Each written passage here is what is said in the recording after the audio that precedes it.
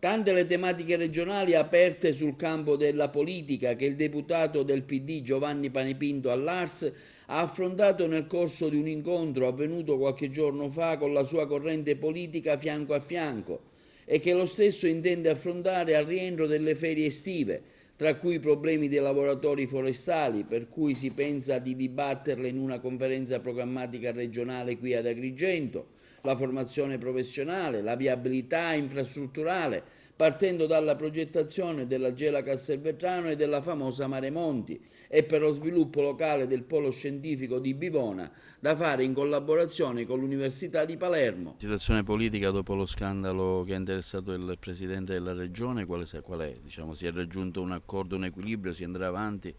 Diciamo che lo scandalo era falso, si è rischiato insomma, di travolgere un sistema democratico su una inesistente intercettazione per la quale non è stato detto nemmeno dal Presidente, ma che il Presidente era accusato di non avere risposto. È chiaro che ci stiamo riprendendo da un grande trauma, ma i problemi stanno nel dover capire esattamente cosa hanno bisogno i siciliani. Noi abbiamo il problema dell'apertura forestale e pensiamo su questo di tenere a settembre una conferenza regionale, spero che venga fatta da Agrigento per rendere produttivo il bosco. Abbiamo la questione aperta sulla formazione, abbiamo la necessità di infrastrutturare questo territorio, penso alla provincia di Agrigento, per la quale c'è un programma di interventi che vede la progettazione della Gela Castelvetrano e la famosa Mare Monti.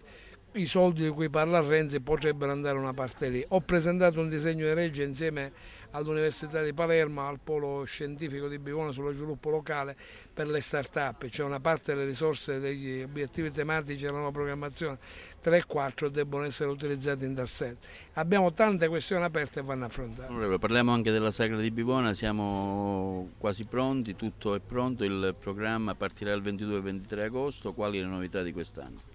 Diciamo che saremo sulle orme degli anni passati, siamo alla 30ª Sagra, in questo momento la Sagra che si terrà il 22 e 23 ha avuto diciamo, un'anticipazione che è l'Expo con la presenza del Galli Sicani a Milano e mi dicono chi è lì che c'è una grande attenzione per la nostra produzione che in questo momento sta arrivando anche nella grande distribuzione nazionale e non ultimo in Germania.